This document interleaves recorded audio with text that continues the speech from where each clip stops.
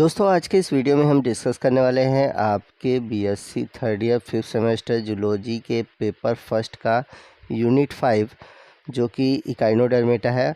और इकाइनोडर्मेटा से जुड़े हुए हम एक स्पीसीज़ पेंटोसिरोस के मॉर्फोलॉजी, उसके क्लासिफिकेशन और साथ ही साथ उसके हैबिट और हैबिटेट के बारे में डिस्कस करेंगे। तो वीडियो की शुरुआत करते हैं। तो सबसे पहले हम बता दें कि जो पेंटोसिरोस है इसे एस्टेरेसी के नाम से भी जाना जाता है, यानी कि इसे स्टार फिश के नाम से भी जाना जाता है। तो आइए सबसे पहले हम इसके क्लासिफिकेशन को देखते हैं। तो इसका फाइलम है इकाइनोडर्मेटा, सब फाइलम है इलेथ्रोजोआ और क्लास है एस्टेरोइडिया। वहीं हम बात करें सब क्लास की तो इनका सब क्लास है यूस्टेरोइडिया, ऑर्डर है फॉल्सीपुलेटा, जीनस है पेंटोसिरोस। आइए नेक्स्ट हम बात करते हैं इनके हैबिटेट के बारे में, यानी कि ये कहाँ पाए जाते हैं। तो जो एस्टेरिएज होते हैं वो पूरी तरह से मैराइन होते हैं, यानी कि ये आपको केवल समुद्री या कह सकते हैं लवड़ी जल में देखने को मिलते हैं। बॉटम ड्रिलिंग होती हैं, यानी कि एकदम तलहटी में पाए जाते हैं, इसलिए इनको बेंथोइक एनिमल भी कह सकते हैं। मतलब कि एकदम जो समुद्री सतह का निचला सिरा होगा ये वहीं पाए जाते हैं, ठीक है। और इसके अलावा जो निचले सिरे के अलग अलग रीजन है वहाँ पर भी ये देखने को मिलते हैं। तो इसकी कई सारी जो स्पीसीज़ है वो जनरली सोलेटरी लाइफ जीना पसंद करती है, यानी कि अकेले जीना पसंद करते हैं। बट सर्टेन इकोलॉजिकल कंडीशन में ये कॉलोनियल फॉर्म में रहते हैं, यानी कि कॉलोनी बना के रहते हैं। तो कॉलोनियल फॉर्म कब आता है, तो आपको बता दें कि जब ऐसा कंडीशन है यानी कि सनलाइट बहुत तेज़ी से हो, ठीक है, सूखा पड़ रहा हो, तो ये क्या कहते हैं एक साथ एक दूसरे के साथ जुड़ जाते हैं, मतलब इकट्ठा हो जाते हैं for the purpose of protection, यानी कि अपने आप को बचाने के लिए। तो पेंटासिरोस की जो जातियां होती हैं प्रायः नक्टर्नल होती हैं, यानी कि रात्रिचर होते हैं। तो ये रात में निकलते हैं अपना भोजन ग्रहण करने, या फिर कोई भी चीज़ है इनमें जो मूवमेंट होता है वो रात में देखने को मिलता है। बाकी दिन ये क्या करते हैं, ये इनएक्टिव पड़े रहते हैं, इनमें मूवमेंट कम देखने को मिलता है।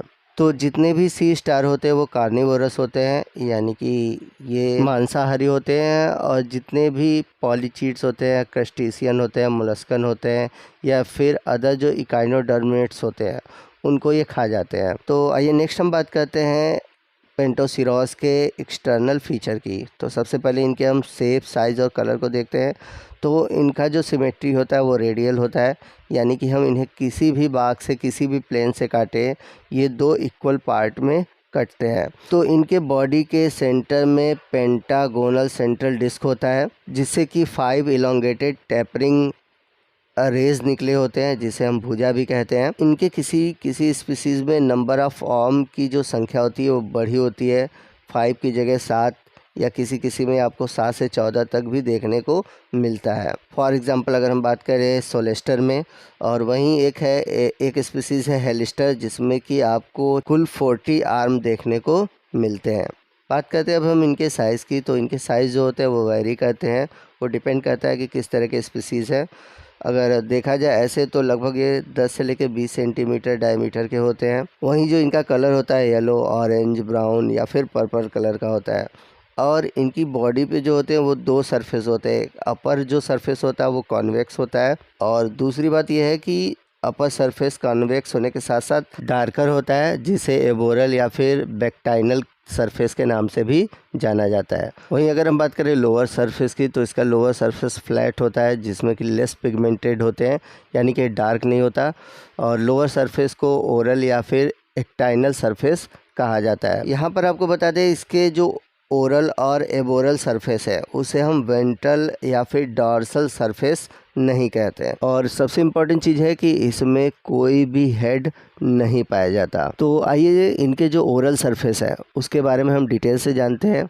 The side of body which is natural condition remain toward the substratum and contain the mouth और ओरल ओपनिंग, यानी कि ये जो सरफेस होता है वो एकदम नीचे की ओर होता है, और यही जो पार्ट होता है सबस्टेटम से जुड़ा होता है, यानी कि जो पेंटासिरोस है उसका जो सबसे निचला सरफेस होता है वो कहलाता है ओरल सरफेस। और इस सरफेस में आपको माउथ, ओरल ओपनिंग और जो ये सरफेस होता है ये डार्क ऑरेंज या फिर पर्पल कलर का होता है। तो आइए देखते हैं कि ओरल सरफेस में कौन कौन से पार्ट पाए जाते हैं। तो सबसे पहले माउथ, दूसरा है एम्बोरेकल ग्रोव, तीसरा है एम्बुलेकल स्पाइंस, चौथा है ट्यूब फीट और पांचवा है आई एंड सेंसरी टेंट्रिकल्स। तो सबसे पहले हम बात करते हैं माउथ की। तो ये ओरल सरफेस के एकदम सेंट्रल वाले रीजन में होता है, जैसा कि आप यहाँ पर इमेज में देख सकते हैं।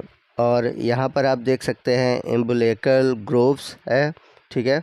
और यही एम्बुलेकल ग्रोव्स जो होते हैं ये धसे हुए स्ट्रक्चर होते हैं जो कि आर्म में होते हैं। यहाँ पर आप देख सकते हैं सेंटर में माउथ है, फिर इसके बाद सेंट्रल डिस्क है और नीचे देखेंगे आपको यहाँ पर ट्यूब फीट दिखाई देंगे जो कि आर्म में आपको दिखाई देते हैं। और ट्यूब फीट बहुत ही इम्पॉर्टेंट है, इससे जुड़ा एक टॉपिक पूछा जाता है। तो कौन सा टॉपिक है मैं आपको अगले पार्ट में बताऊंगा और बहुत ही इम्पॉर्टेंट टॉपिक है, उस पार्ट को आप मिस मत करिएगा। और आप देख सकते हैं एकदम किनारों पर है टर्मिनल टेंटिकल्स जो कि सेंसरी ऑर्गन्स होते हैं। तो पेंटागोनल सेंट्रल डिस्क एक प्रकार का अपर्चर होता है जहाँ पर एक्टिनोसोम्स यानी कि माउथ पाए जाते हैं। अगर हम बात करें पेंटागोनल अपर्चर की तो यहाँ पर 5 एंगल होते हैं जो कि 5 आर्म की ओर निकले होते हैं, यानी कि पांचों जो आर्म होते हैं इन्हीं से जुड़े होते हैं। The mouth is surrounded by soft and delicated membrane which is called peristomial membrane या फिर पेरिस्टोम। तो जो माउथ होता है वो सॉफ्ट और डेलिकेट मेम्ब्रेन से घिरा होता है जिसे पेरिस्टोमियल मेम्ब्रेन कहा जाता है। अगला है एम्बुलेकल ग्रोव्स। तो हर माउथ के जो एंगल है उस पर एक नैरो ग्रोव होता है जिसे हम बोलते हैं एम्बुलेकल ग्रोव। इसके बाद है ट्यूब फीट जिसे हम पोडिया के नाम से भी जानते हैं। तो ये जो एम्बुलेकल ग्रोव होते हैं उनमें 4 तरह के रोज पाए जाते हैं, लोकोमोटरी, फूड कैप्चरिंग, रिस्पायरेटरी और सेंसरी ऑर्गन्स, जिसे हम बोलते हैं ट्यूब फिट। तो जो ट्यूब फिट होते हैं वो सॉफ्ट होते हैं, थिन वॉल्ड होते हैं, ट्यूबिकुलर होते हैं और इनके टर्मिनल पर डिस्क या फिर सकर पाए जाते हैं। और इस सकर के थ्रू ही क्या कहते हैं कि ये सबस्ट्रेटम से या फिर किसी सरफेस से जाकर चिपकते हैं। ट्यूब फिट के बाद है सेंस ऑर्गन्स। तो इनमें 5 अनपेयर्ड टर्मिनल टेंटिकल्स होते हैं और साथ ही साथ 5 अनपेयर्ड आई स्पॉट्स होते हैं। तो इनके आर्म का जो टिप होता है उसमें स्मॉल हॉलो प्रोजेक्शन होते हैं जिसे हम बोलते हैं टेंटिकल। तो इनके जो टेंटिकल्स होते हैं वो ऑल्फैक्टरी होते हैं, यानी कि ये सूंघने में सहायता करते हैं। और हर एक टेंटिकल के बेस पर एक ब्राइट रेड फोटो सेंसिटिव आई स्पॉट होता है जो कि ढेर सारे ओसेली से मिलकर बना होता है। तो अभी तक हमने पढ़ा जो सरफेस वो था oral surface.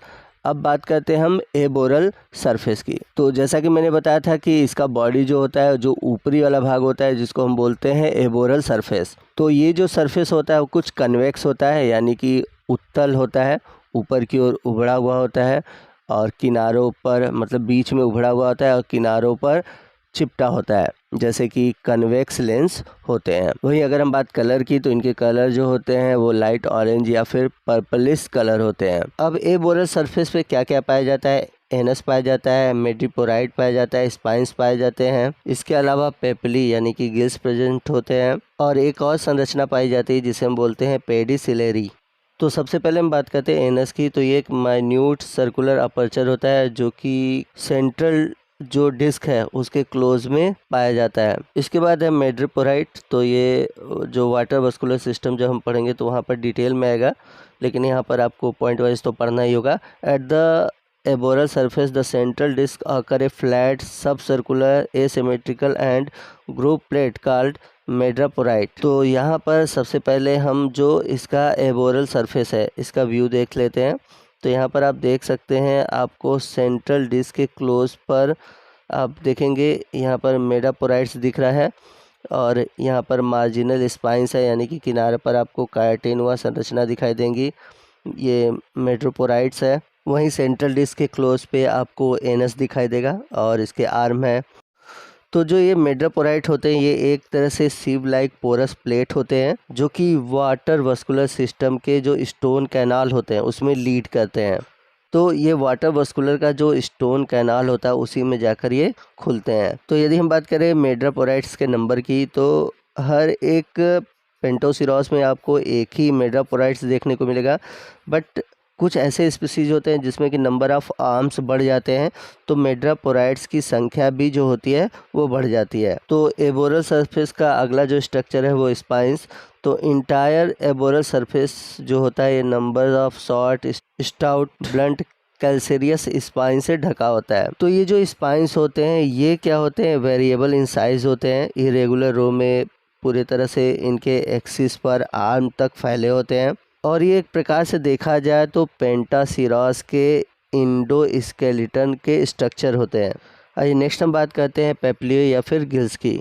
Between the ossicles of the integument are present a large number of minute dermal pores. तो इंट्रूगमेंट के बीच में आपको large number of minute dermal pores दिखाई देते हैं जो कि बहुत ही छोटे होते हैं, डेलिकेट होते हैं, ट्यूबुलर होते हैं और एक फिंगर लाइक या कह सकते हैं thread like thin wall structure बनाते हैं जिसे हम बोलते हैं गिल्स। और एक प्रकार से देखा जाए तो ये रिस्पायरेशन और साथ ही साथ जो एक्सक्रीटरी वेस्ट प्रोडक्ट है उसको निकालने का काम करते हैं। एबोरल सरफेस का अगला जो स्ट्रक्चर है वो है पेडिसिलरी।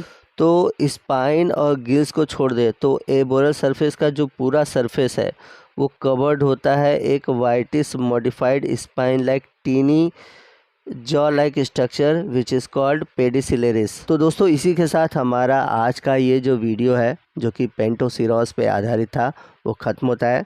तो मिलते हैं अब हम अगले वीडियो में जिसमें कि हम पेंटोसिरॉस के ट्यूब फिट या फिर कह सकते हैं वाटर वस्कुलर सिस्टम के बारे में जानेंगे। वो टॉपिक बहुत ही इंपॉर्टेंट है और इस टॉपिक से आपके एग्ज़ाम में क्वेश्चन पूछे जाते हैं।